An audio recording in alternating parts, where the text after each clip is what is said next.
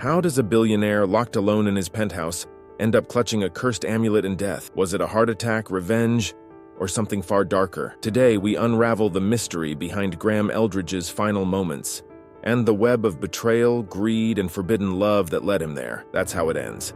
But to understand Graham's story, we need to start at the beginning. Graham Eldridge wasn't born into wealth.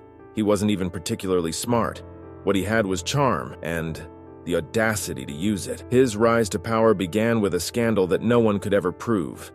Years ago, Graham was a guest at one of the grandest galas in New York, hosted by the Prestons, a family whose name was synonymous with old money and prestige. It was there he met Eleanor Preston, stunning, sharp, and most importantly, married to Victor Preston, one of the wealthiest men in the city. Rumor has it Graham didn't just catch Eleanor's eye, he captured her heart. Late-night trysts in the Preston mansion eventually turned into something far more sinister.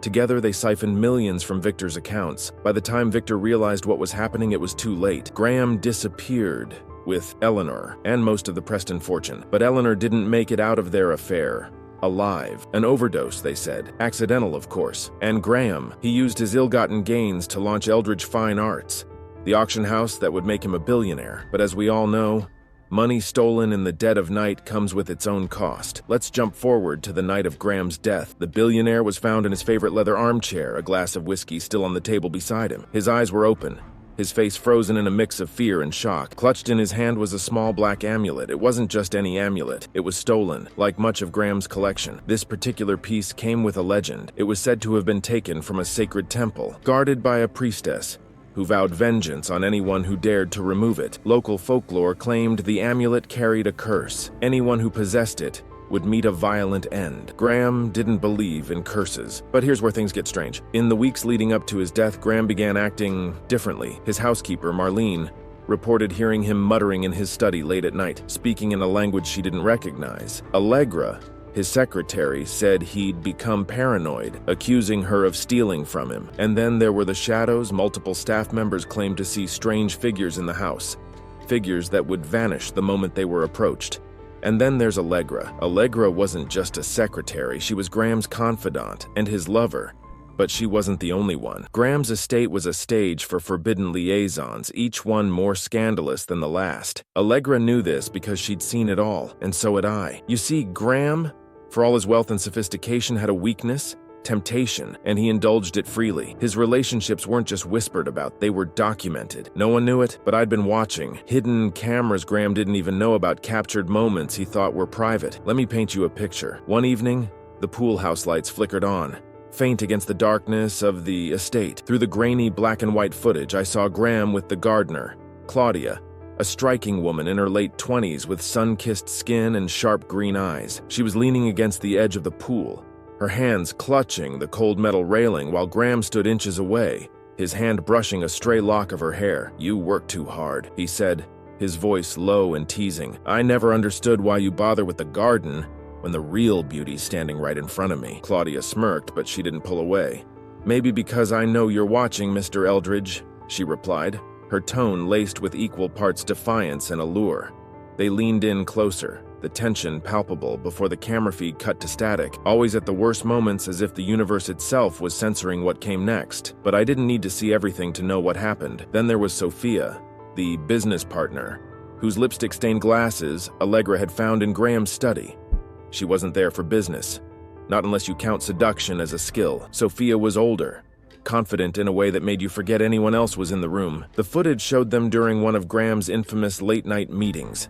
She perched on the armrest of his chair, swirling a glass of red wine as she leaned in to whisper something into his ear. "You're a dangerous man, Graham," she murmured, her lips brushing against his earlobe. "And you like that," he replied, his hand resting on her thigh. The tension between them was electric, their conversation laced with double meanings. Graham loved the chase, but Sophia, she loved the power she held over him. And Allegra, she wasn't blind to any of this. She knew about Claudia, about Sophia, about countless others who had walked the halls of the Eldridge estate. But what truly stung was Graham's indifference. He didn't even try to hide it. One night, Allegra confronted him. I remember the scene vividly, captured by the camera in the grand library. She stood with her arms crossed, her face a mix of anger and heartbreak. "How many more, Graham?" she demanded, her voice trembling. He didn't even look up from his glass of whiskey. "Does it matter?" he said flatly. "To me, it does!" she snapped, stepping closer. "I'm not one of your little playthings. You can't just replace me when you're bored." Graham finally looked at her then,